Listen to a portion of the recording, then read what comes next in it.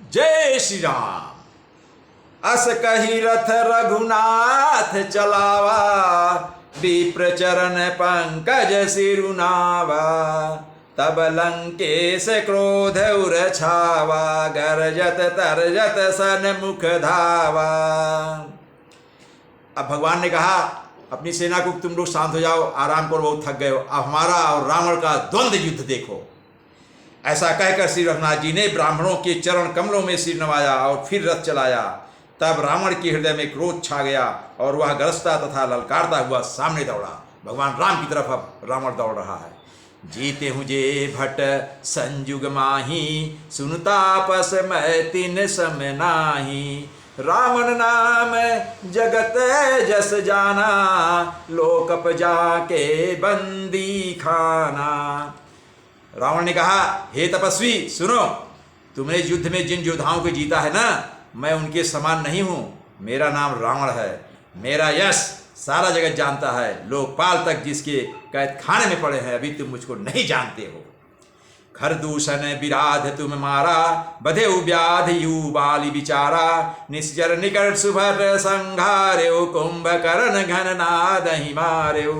हे तपस्वी, तूने खर दूषण और विराट को मारा, बेचारे बाल क्या व्याध की तरह धोखे से वध किया। बड़े बड़े राक्षस योद्धाओं के समूह का संहार किया और कुंभकर्ण तथा मेघनाथ को भी मारा। आजु बयरु सब लेउ निबाही, जौरन भूप भाजी नहीं जाही। आजु करऊं खलु काल हवाले, परेहु कठिन रावण के पाले। अरे राजा, यदि तुम रण से भाग न गए तो मैं आज वह सारा बैर निकाल लूंगा। तुम भागना नहीं, आज मैं तुम्हें निश्चय ही काल के हवाले कर दूंगा। तुम कठिन रावण के पाले पड़े हो, अब देखना मुझे। सुनि दुर्वचन काल बस जाना, बिहसी वचन कहा कृपा निधाना। सत्य सत्य सब तव प्रभुताई, जल पस जन दिखाओ मनुसाई। रावण की दुर्वचन सुनकर और उसे काल बस जानकर कृपा निधान श्री राम जी हंस कर ये वचन बोले, तुम्हारी सारी, हे रावण, तुम्हारी सारी प्रभुता जैसा तुम कहते हो बिल्कुल सच है, पर अब व्यर्थ बकवाद ना करो, अपना पुरुषार्थ दिखलाओ। जन जल्पना कई सुज सुना सही, नीति सुनहि करहि क्षमा। संसार महापुरुष त्रिविध पाटल, रसाल पनस समा। एक सुमन प्रद एक सुमन फल, एक फल केवल लागही। एक कहाई कहाई करहि अपर, एक करहि कहत न बागही।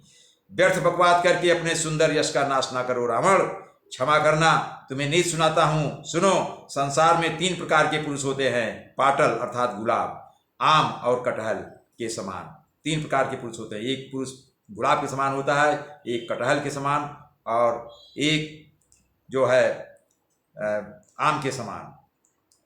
इसी प्रकार एक पाटल फूल देते हैं और एक आम फूल और फल दोनों देते हैं और कटहल में केवल फल ही लगते हैं। इसी प्रकार पुरुषों में एक कहते हैं करते नहीं, दूसरे कहते और करते भी हैं, और एक तीसरे जो होते हैं वो केवल करते हैं पर वाणी से कुछ नहीं कहते हैं।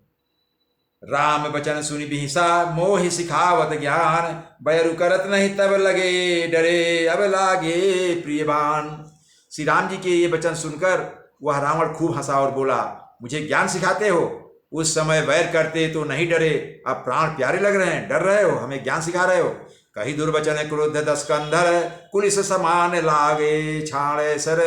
नानाकार श्री मुख धाये, दिशि अरुभिरिस गगन मई छाए। दुर्वचन कहकर रावण क्रुद्ध होकर वज्र के समान बाण छोड़ने लगा। अनेकों आकार के बाण दौड़े और दिशा विदिशा तथा आकाश और पृथ्वी में सब जगह छा गए। पावक सर छाणे रघुवीरा, क्षण महु जरे निशाचर तीरा। छाणी से तीव्र शक्ति खिसियाई, बाण संग प्रभु फेर चलाई। श्री रघुवीर ने अग्निबाण छोड़ा जिससे रावण के सब बाण क्षण भर में भस्म हो गए। तब उसने खिसियाकर तीक्ष्ण शक्ति छोड़ी, किंतु श्री रामचंद्र जी ने उसको बाण के साथ वापस भेज दिया। रावण ने जो शक्ति भेजी, भगवान राम ने उसको वापस भेज दिया। कोटिन चक्र त्रिशूल पवारे, बिनु प्रयास प्रभु काट निवारे। निफल हो ही रावण सर कैसे, खल के सकल मनोरथ जैसे। वह करोड़ों चक्र और त्रिशूल चलाता है, परंतु प्रभु उन्हें बिना ही परिश्रम काट कर हटा देते हैं। रावण के बाण किस प्रकार निष्फल होते हैं, जैसे दुष्ट मनुष्य के सब मनोरथ। दुष्ट मनुष्य जो इच्छा करता है वो पूरा नहीं होता, उसी तरह से रावण के जो बाण भेजे जाते हैं वो निष्फल हो जाते हैं, उनका कोई असर नहीं होता राम पर। तब सतबान सारथी मारे सी परे भूमि जय, राम पुकारे सी राम कृपा करि सूत उठावा, तब प्रभु परम क्रोध कहूँ का पावा। तब उसने श्री राम जी के सारथी को 100 बाण मारे। वह श्री राम जी की जय पुकार कर पृथ्वी पर गिर पड़ा। श्री राम जी ने कृपा करके सारथी को उठाया। तब प्रभु अत्यंत क्रोध को प्राप्त हुए। भय क्रुद्ध युद्ध विरुद्ध रघुपति त्रोण सायक कसमसे, को दंड धुनि यति चंड सुनि मनुजात सब मारुत ग्रसे। मंदोदरी उर कंप कंपति कमठ भू भूधर तरसे, चिक्रहि दिग्गज दसन गहि महि देखि कौतुक सुर हसे। युद्ध में शत्रु के विरुद्ध श्री रामचंद्र जी क्रोधित हो गए। तब तर्कस में बाण कसमसाने लगे, बाहर निकलने को आतुर होने लगे। बाण स्वयं आतुर हो रहे हैं कि मैं निकलूं। उनके धनुष का अत्यंत प्रचंड शब्द टंकार सुनकर मनुष्य पक्षी सब राक्षस वात ग्रस्त हो गए, अत्यंत भयभीत हो गए।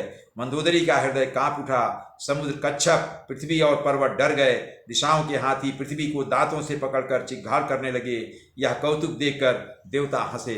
तानेव चाप श्रवण लगी छाड़े बिसिक कराल, राम मार्गन गन चहे लहलहात जनु ब्याल। धनुष को कान तक तान कर श्री रामचंद्र जी ने भयानक बाण छोड़े। श्री राम जी ने बाण समूह ऐसे चले, श्री रामचंद्र जी के द्वारा जो बाण चले वे ऐसे चले मानो सर्प लहलहाते हुए आगे जा रहे हैं। जय श्री राम।